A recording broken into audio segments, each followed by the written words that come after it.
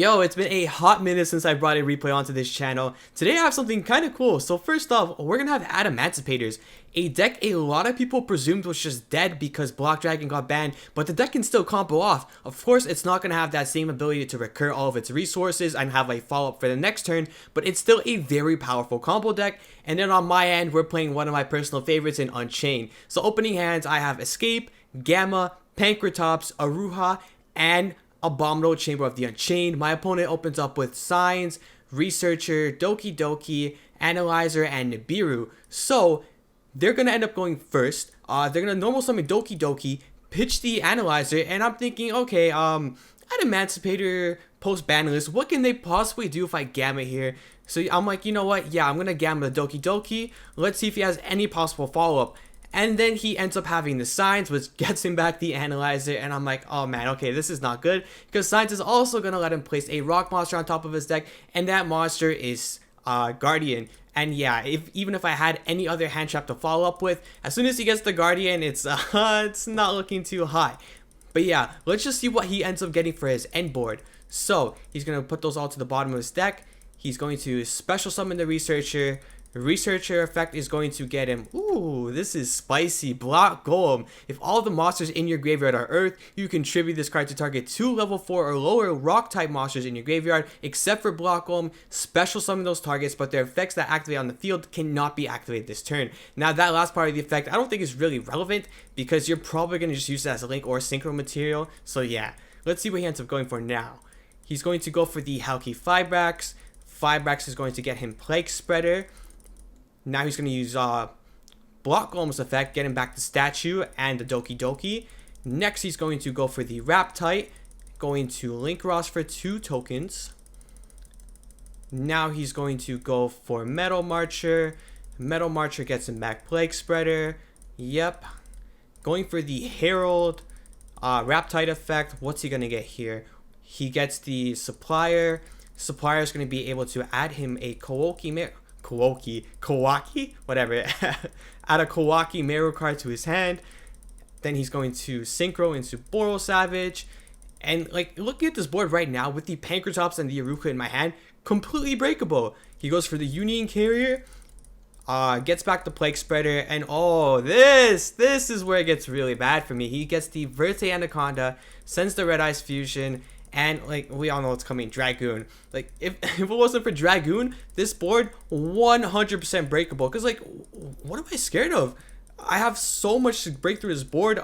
This doesn't do anything against Unchained. You don't really need your extra deck to play.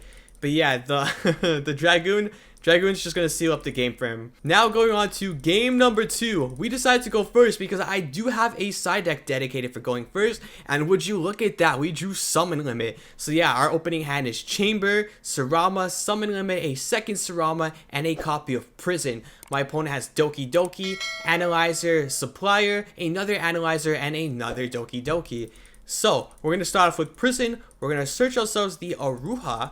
We're going to set our trap, use Aruka's effect to destroy and special summon itself.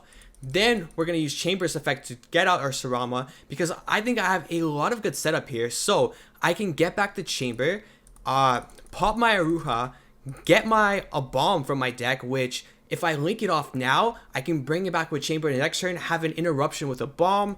And then I could also get the Rage, which I'm doing right now, which can actually link off one of his special summon monsters. And I have the Summon Limit in my hand. Also, I did a normal summon, so I get to set the Sarama. I think that's a very powerful turn 1. My opponent's going to use Analyzer effect, special summon. He's going to normal summon the Doki Doki, use the effect, pitch a card, and to this, I'm going to change Summon Limit. And yeah, he's just going to scoop it up from there, because there's really not much he can do at this point. No Cosmic, no Harpy's Feather Duster. Yeah, it's a wrap, it's done. Alright, so now we're moving on to game number 3. He's going to choose to go first, and if he ends up making the same board as last time, we might be in trouble. So, for our opening hand, we have Sarama, Chamber, Gamma Seal, which is blessed because now we have an out to the Dragoon, Escape, and another copy of Sarama. My opponent opened up with Red Eyes Black Dragon, Guardian, Revival Golem, this card is ugly as hell, Researcher, and another copy of Guardian. So, he'll start off his turn by normal summoning the Guardian, then activating Researcher effect in hand. Researcher effect on field activates. He's going to get himself a copy of Doki Doki here. Doki Doki is then going to activate, pitching a copy of this ugly guy revival golem. Then he's going to get himself a copy of Analyzer. Now he's going to link off into the Halki Fibrax. Fibrax will get him a copy of Plague Spreader. He's going to link off the Fibrax, link Ross for 2 tokens, you know, the usual stuff. And next, he's going to skip a step here. I call him out on it. He makes the Herald just a bit prematurely here. But yeah, he intended to go into the Metal Marcher. Marcher is going to get him back the Plague Spreader. And now he's going to use the Marcher and a token to go into the Herald. So, next Analyzer effect, he's going to get himself a copy of Supplier. And then Supplier is going to net him a copy of a Kawaki Meru card from his deck. Yep, so he gets a copy of Guardian. Now he has access to all 3 of them. Next, he's going to Synchro Summon into the Raptite. Raptite effect activates. He's going to get himself another Kawaki Meru Supplier. He's going to use those, go into the Verte Anaconda. He just forgot to put his cards back from the Excavate. No big deal though. So, next he's going to use the Plague Spreader effect in the graveyard. Synchro Summon those into the Boral Savage Dragon. Get himself the negates, and yeah, this is looking way too familiar. He's going to get himself a Union Carrier. Next, he's going to use the Verte Anaconda effect. Get himself the Red Eyes Dark Dragoon. God, I hate this card so much. Union Carrier effect. Getting the Destruction Sword. Like I said, Unchained literally does not care about the extra deck lock. Like, this does nothing.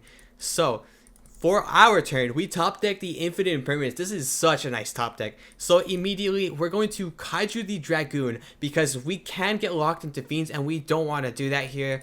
So yeah, we're going to get rid of this ASAP. Next, we're just going to normal summon the Sarama, go straight into battle phase, run over the Herald of the Arclight. Because like if I just crash into something else, he's just going to negate it. So I don't see the point in doing that. We're just going to set 3 here, and like actually setting 3 here is pretty sufficient because we can actually do a lot of plays with Chamber, Escape, and Imperm. So yeah, setting 3 and passing here is really, really good. Like, obviously it could be better, but yeah, it's good for the scenario that we're in. So our opponent top decks the he top decks the Imperm, I believe, right? Yeah, and he's going to normal summon the Guardian. Next, he's going to use the Gamma Seal and the Verte Anaconda to link off into the Unicorn. He's going to use Unicorn's effect. I believe he does target my Sarama, to which I will chain the Escape targeting my Sarama and the Unicorn because I do want to prevent him from having access Kotaku because at that point it's going to be pretty bad for me, I think.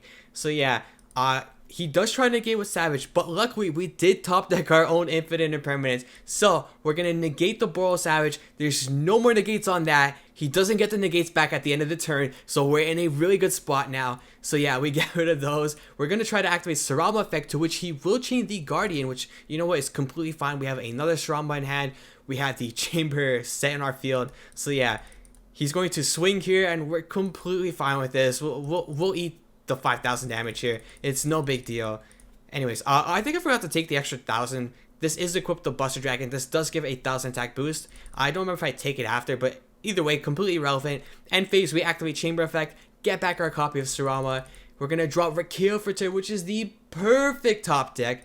So, main phase, we're going to use Sarama and Escape, obviously popping the Escape, special summoning the Disaster. I get a little bit ahead of myself. I had to play my mind, but yeah, I am still locked out of the extra deck, but no big deal. We're just going to proceed to normal summon the YuGiOh. YuGiOh popping the Sarama, getting a bomb effect.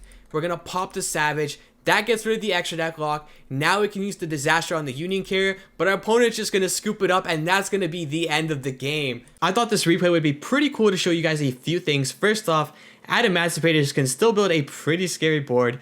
And I also want to show you guys how to play going second and how you can break boards with Unchained. So yeah, if you guys want me to do some more replays in the future, let me know. If you enjoyed the video, don't forget to like, comment, and subscribe. Thank you guys so much for watching. This is Bear signing off. Peace, guys.